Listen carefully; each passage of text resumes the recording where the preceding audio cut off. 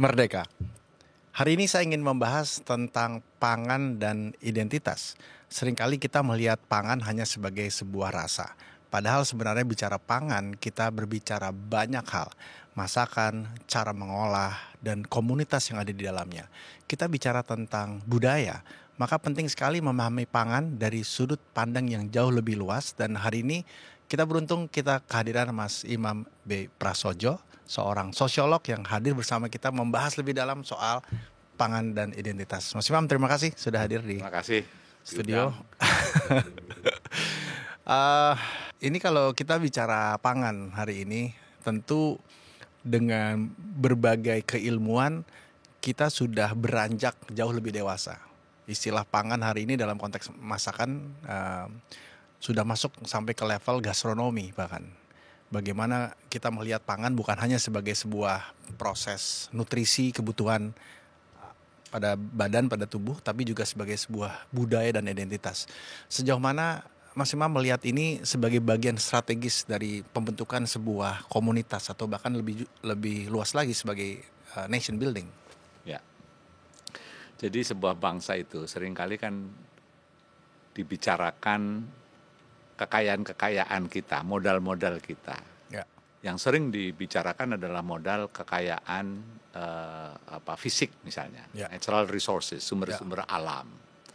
Nah, seringkali lupa sumber alam ini memang betul kaya, tapi negeri seperti Singapura, Taiwan, Korea, Jepang itu bukan negeri yang punya kekayaan sumber daya alam yang melimpah. Tetapi kenapa dia bisa maju? Karena dia punya modal otak, punya modal intelektual, gitu kan. Nah, sehingga pendidikan menjadi sangat penting karena hanya dengan pendidikan yang maju itu bagaimana negara itu diarahkan, dibangun karena modal masalah edukasi. Dan negeri ini termasuk yang dianggap payah di dalam membangun intellectual capital, gitu kan, kira-kira gitu. Nah, apalagi 60% lebih itu anak-anak kita, ke warga kita itu cuma hanya tamatan sekolah dasar. Yang jarang diomongkan adalah cultural capital, modal budaya. Nah, definisi budaya kan luas ya, tidak hanya sekedar kesenian yang digambarkan dengan tari-tarian dengan seperti itu. Tapi budaya itu banyak sekali, menyangkut tentang kesamaan kita itu berpikir, kepercayaan, berekspresi, sampai praktek-praktek sehari-hari bagaimana kita berekspresi termasuk juga kaitannya dengan masalah kuliner, masalah makanan. Nah, bagaimana kita mengolah makanan, bagaimana kita menggunakan sumber-sumber alam ini menjadi pendukung dari makanan-makanan yang kita olah, bagaimana kita itu memasaknya dengan bumbu-bumbu yang menciptakan rasa-rasa tertentu. Ini ada sejarah panjang. Nah, itu kita punya banyak sekali kekayaan seperti itu. Nah, ini juga menjadi satu modal yang di negeri lain itu dikelola secara profesional, sehingga itu bahkan menurut saya sudah dijadikan semacam bagian dari diplomasi budaya. Orang boleh mengenal, tidak mengenal Indonesia, tapi mengenal masakan Indonesia misalnya. Nah, diplomasi, bayangkan kita hampir di semua negara kalau kita pergi ke tempat-tempat kuliner, selalu ada makanan Jepang sekarang di Indonesia ini udah merata kemana-mana. Korea, Vietnam, Thailand gitu. Itu udah menjadi bagian dari kita, menjadi bagian kehidupan keseharian. Karena mereka begitu dekatnya. Nah, mungkin kita nggak tahu siapa dubesnya. Kita tidak tahu siapa itu presidennya atau perdana menterinya. Tapi dengan masakan Thailand, masakan Vietnam, masakan Jepang, masakan Korea gitu, kita begitu akrab. Nah, fenomena sepak bola misalnya. Kemarin kita punya PSSI yang dilatih oleh Sintayong misalnya. Itu menurut saya adalah diplomasi budaya, diplomasi yang tidak menggunakan cara-cara jalur pertama, yaitu diplomasi politik, atau yang kedua kaitannya dengan bisnis, tapi ini diplomasi jalur ketiga ini. Ya. Nah, jalur ketiga inilah yang kita miskin menurut saya ya, tidak digarap dengan serius. Walaupun kita punya kekuatan ya, modal cultural capital termasuk kuliner yang begitu kaya. Ini ketidakcerdasan kita di dalam mengelola republik ini. Sebenarnya kalau kita ke daerah, kita melihat banyak sekali cultural capital yang sebenarnya sudah dijalankan oleh baik itu pemerintah setempat maupun katakanlah oleh komunitas tertentu, yang apakah mungkin bisa jadi ini perlu pandangan lebih dalam. Justru yang terjadi itu adalah karena terlalu kayanya kita terhadap sumber kekayaan cultural capital ini. Sehingga katakanlah kalau kita bicara soal Thailand, oh pedas misalnya gitu ya. Jepang ini fresh berhubungan dengan sushi, meskipun Jepang ada dagingnya juga. Tapi ada sebuah stereotyping, persepsi yang dibangun terhadap satu jenis masakan tertentu yang merepresentasikan sebuah negara sebagai sebuah konsep atau identitas. Nah, di Indonesia melipir sedikit dari Jawa Barat kita udah ketemu makanan yang berbeda lagi. Sehingga apakah memungkinkan, Mas Imam, justru kekayaan cultural capital ini yang begitu kayanya akhirnya membuat kita kemudian kesulitan untuk menentukan. Karena yang terjadi bisa saja, oh kami pedas, kami di Manado pedas, nggak mungkin bisa manis gitu. Dan ini mungkin jadi tantangan kita dalam proses. Saya tidak percaya bahwa kekayaan keragaman itu malah membuat kita bingung sehingga kita bisa melakukan apa. Artinya apa? Bahan kita itu melimpah. Tinggal kecerdasan kita itu menata, meramu, ya, mensinergikan. Ya. Nah, ini yang saya pikir hari ini kita bicara menurut saya ya, saatnya kita itu bisa memberikan satu pengakuan tentang kekayaan ini, dan yang kedua tidak cukup hanya pengakuan, tetapi apa yang harus kita lakukan untuk memperkuat. Saya baru aja ke Singapura ya, mereka punya buku baru yang bercerita tentang asal usul masakan-masakan, dari mana dulu dia berasal gitu kan, terus kemudian bumbunya apa, dan itu dijadikan dalam satu directory buku ya, dan itu banyak banget sebetulnya dari kita gitu loh, tapi orang lain yang mengcompile ya. Gitu loh. Lah jadi kita Bung Karno ada bukunya ya, tentang bagaimana yang dia selama ini. Tapi berhenti di zaman Bung Karno itu. Sama Bung Karno gitu loh. Nah, jadi ini yang kelengahan kita ya menghadapi warisan-warisan budaya kita, termasuk arsitektur, termasuk budaya-budaya kesenian dan segala macam. Ini kan sebenarnya bukan sebuah arena yang netral. Ini ada pertempurannya, ada pergulatannya. Nah, di situ yang saya khawatir ya, kita lengah sehingga wajah gedung-gedung kita sudah bukan wajah kita lagi. Harusnya di-upgrade ya. Bagaimana warisan Toraja, terus rumah Minang ya, rumah Gadang, Joglo Jawa segala macam, itu dikemas dengan direvitalisasi, dan itu tugasnya arsitek. Nah, tugasnya kuliner siapa? Ahli-ahli itu supaya bisa tampil sederajat paling tidak atau bukan lebih di mal-mal ya, misalnya yang di situ kan berjajar banyak banget makanan tuh, yang asalnya ada dari Cina, ada dari Taiwan, ada dari segala macam. Kalau kita bicara perilaku, apa yang bisa didapatkan dengan mengamati atau melihat pertumbuhan dari sebuah kuliner di sebuah tempat, katakanlah begitu. Apa yang bisa kita pelajari dengan memahami kuliner tersebut dalam dampaknya terhadap perilaku atau kebiasaan masyarakat setempat. Dari pengalaman yang selama ini masih melihat di lapangan. Ya, jadi pertama ya, kuliner itu kalau saya amati secara sepintas, ini saya bukan ahlinya sebetulnya malah bicara tema ini ya. Dunia ini kan berubah ya. Ada kalanya karena era industri misalnya, orang itu kan pengen coba cepat gitu. Kalau ngelihat sejarah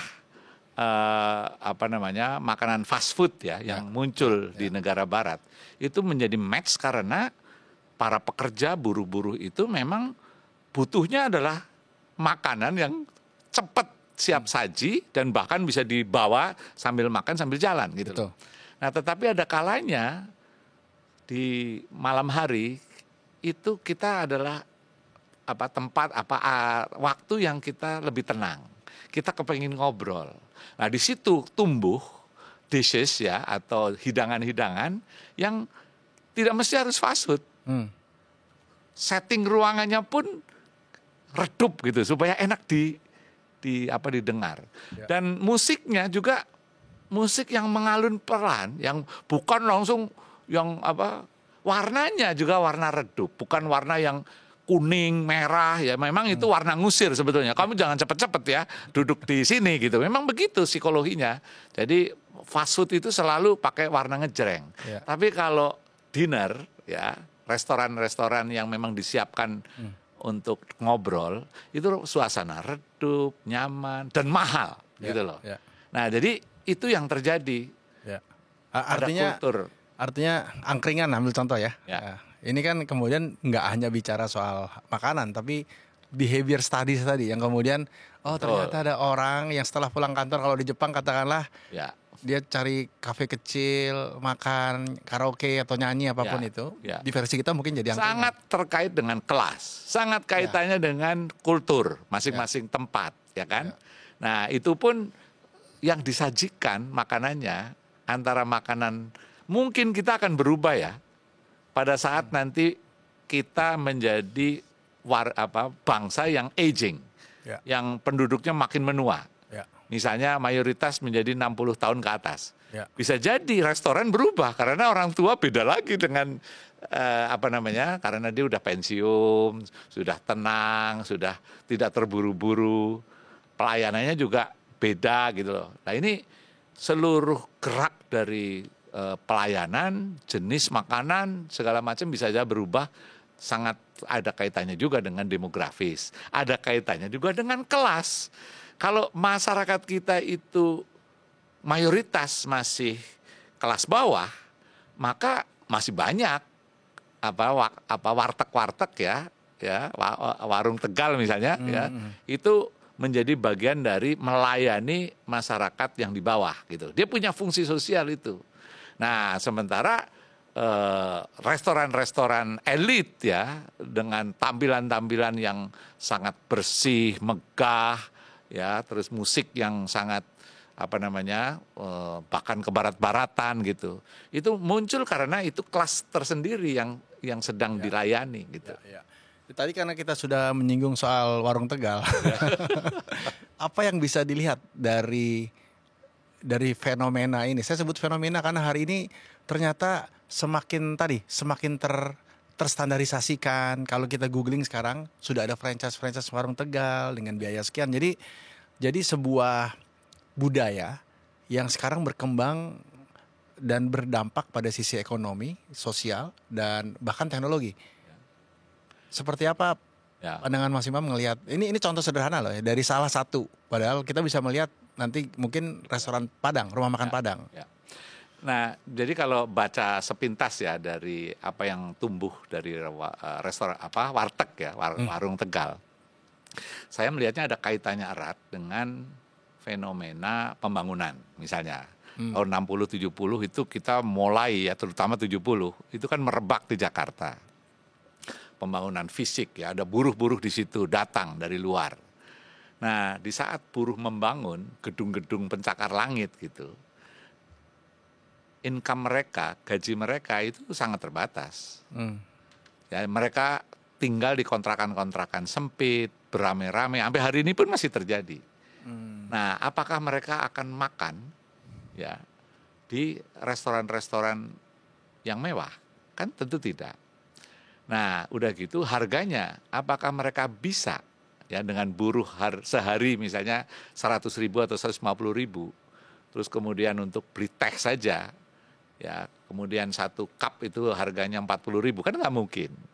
Nah, dia cari tempat makan yang apa adanya sehingga dia tidak harus ganti pakaian, necis ya, bahkan mungkin masih kotor dan bisa masuk. Nah, warung-warung seperti ini melayani orang-orang itu. Dan dia mendekat ya ke wilayah itu dengan sebuah tampilan yang tidak menakutkan buat mereka. Coba kalau misalnya warung Tegal ya berubah wajah dengan dibangun dengan arsitektur yang sangat bersih, AC. sangat penampilannya sangat mewah, pasti nggak akan berani. Nah, ini fungsi sosial dari warung-warung Tegal yang tumbuh secara alamiah ya, dan bahkan saya menduga tidak dibantu oleh pemerintah, tetapi sebetulnya mendukung pembangunan pemerintah. Pembangunan apapun, apakah itu jalan tol, jalan raya, apa saja, dia bisa hidup ya. Tukang-tukang ini mau dan bisa melakukan kerjanya karena dukungan dari warung-warung yang sebetulnya jangan-jangan nggak pernah mendapat perhatian. Ya. Mas Imam tadi menarik bilang alamiah. Kalau sekarang kita balik prosesnya, kita pelajari reverse thinkingnya, bisakah kita mendesain itu sekarang dari sudut pandang sosiologi? Sangat bisa, karena gini, pembangunan itu kan ada pembelaan di dalamnya. Betul. Kan? Nah kalau kita itu pembelaannya, ini ngomongin tentang properti lah yang mewah-mewah gitu. Itu properti untuk siapa yang sedang kita bangun, ya kan? Nah, tentu kan ada kelasnya. Nah, restoran juga yang kita bangun yang seperti apa. Ya. Nah, kalau ini warung Tegal tahu bahwa fungsinya ini adalah untuk melayani pekerja-pekerja, buruh-buruh yang berpeluh ya, dan sangat berguna untuk pembangunan kita, maka bolehkah mereka mendapatkan sedikit saja kenikmatan, kenyamanan, katakanlah toiletnya misalnya. Yang tentu kalau itu dibangun oleh warung Tegal, belum tentu dia punya modal. Tapi pemerintah bisa membantu agar toilet-toilet yang ada di warung Tegal paling tidak bersih. Paling tidak itu airnya nyaman. Nah, itu bisa direkayasa dari sudut pembangunan. Nah, terus kemudian dari sektor safety, ya kan? Nah, walaupun itu tempatnya sederhana, ya, tapi kan faktor kesehatan, jangan sampai debu-debu itu masuk ke warung itu sehingga bisa meracuni. Ya. Nah itu bisa dibantu sebetulnya. Ya. Mas Imam, ini pertanyaan terakhir. Tadi menarik mengatakan bahwa kemudian dengan segmen tertentu, kebutuhan tertentu, lahirlah fast food dan lain-lain. Bahkan sekarang ada slow food ya, fast food dan slow food.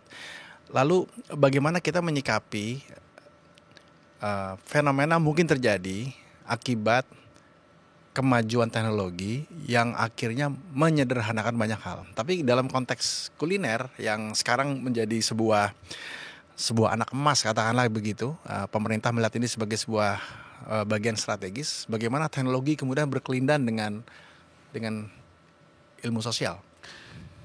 Ya, struktur sosial itu kan terus berubah. Ya, ada dimensi struktur ekonomi yang juga berubah. Lihat apa yang terjadi. Tadi kita bicara tentang bagaimana masyarakat agraris masuk ke masyarakat industri yang semua serba cepat sehingga cara pelayanan makanan juga menjadi ada fast food kan misalnya gitu. Nah, sekarang ada era digital misalnya.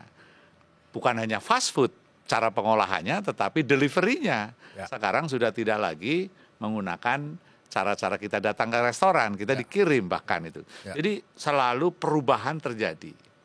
Nah, di tengah perubahan seperti itu, kalau Anda itu bermimpi bahwa yang dulu itu harusnya dipertahankan mati-matian dan nggak boleh berubah, maka Anda akan tergilas oleh perubahan. Nah, memang jangan sampai dong ruhnya hilang. Jangan sampai dong the core value-nya, the core identity hilang. Selalu begitu gitu loh. Tapi itu justru tantangan. Sama aja orang di Bali misalnya. Tarian itu kan bukan hanya pertunjukan yang sifatnya profan, tapi itu sakral. Tarian punya makna, dikaitkan dengan religi. Tapi pada saat industri tari masuk ke hotel dan di situ ada turis, maka jangan-jangan tarian yang punya makna sakral itu menjadi hambar karena itu hanya sekedar pertunjukan yang bernilai dolar. Nah, sama juga. Jadi kalau Anda ngelihat bahwa ini loh makanan raja, para raja punya kesakralan. Ini loh gudeg yang dulu menjadi bagian dari identitas kultural, Kearifan lokal. segala macam lah gitu. Nah, dengan adanya era yang seperti ini, inovasi atau rekonstruksi dari makanan itu boleh nggak? Pertanyaannya. Kalau tidak boleh, apa mampu kita melarang? Kalau boleh, seberapa jauh? Betul. Gitu loh, sehingga tidak tergilas, the core identity-nya tidak hilang. Nah, itulah yang justru para ahli budaya ya, strategi kebudayaan kaitannya dengan kuliner harus berbicara. Apa yang harus kita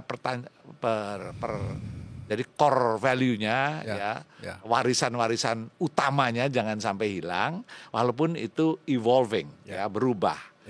Ahli branding seperti Anda itu juga jangan latah gitu kan. Gimana caranya justru tradition ya, rooted terhadap budaya kita itu justru itu adalah bagian branding yang paling penting yang membedakan dengan yang lain. Nah, sehingga saya pernah itu ada orang yang menyajikan sebuah hidangan. Saya tanya, "Karena apa istimewanya?" Ini dulu Pak, bumbunya ini yang selalu disukai oleh Bung Karno misalnya. Ini yang disukai oleh para raja. Story behind the food ya, itu yang jangan-jangan lebih penting. Sehingga orang berimajinasi saat dia makan. Nah, Indonesia ini adalah makanan pun syarat dengan imaji. Problemnya adalah mau nggak kita menggunakan kekayaan yang bisa dijadikan bahan imaji itu kita bangkitkan. Nah, itu kemiskinan kita. Lihat itu alhamdulillah sekarang museum udah cukup bagus ya. Artinya sudah ada narasi lah sedikit gitu. Tapi banyak sekali benda-benda bersejarah yang ratusan tahun itu dipajang tanpa makna, tanpa tafsir, tanpa penjelasan, sehingga menjadi benda mati. Padahal setiap benda, setiap tempat, setiap kejadian itu punya makna. Nah, food kuliner ini itu ada penelusurannya. Nah, itulah yang orang luar negeri sekarang sudah jadi buku, banyak yang menelusuri tentang ini dulu tradisi ini, keluarga ini yang mengembangkan, terus dikembangkan, bahkan jadi restoran pun ada penelusurannya, itu ada history. Betul. Nah, ini mudah-mudahan dengan pembicaraan ini memberi inspirasi bahwa kekayaan kuliner kita jangan keputus konteksnya. Karena di situ ada background, ada konteks yang begitu kaya dan itu akan menjadi memperkaya budaya kita. Ya, baik. Mas Imam, terima kasih banyak, selalu menyenangkan berbicara dengan Mas Imam, meluap-meluap energinya dan meluap gitu kan ya. Dan semoga ini menjadi pembelajaran bagi kita semua ya.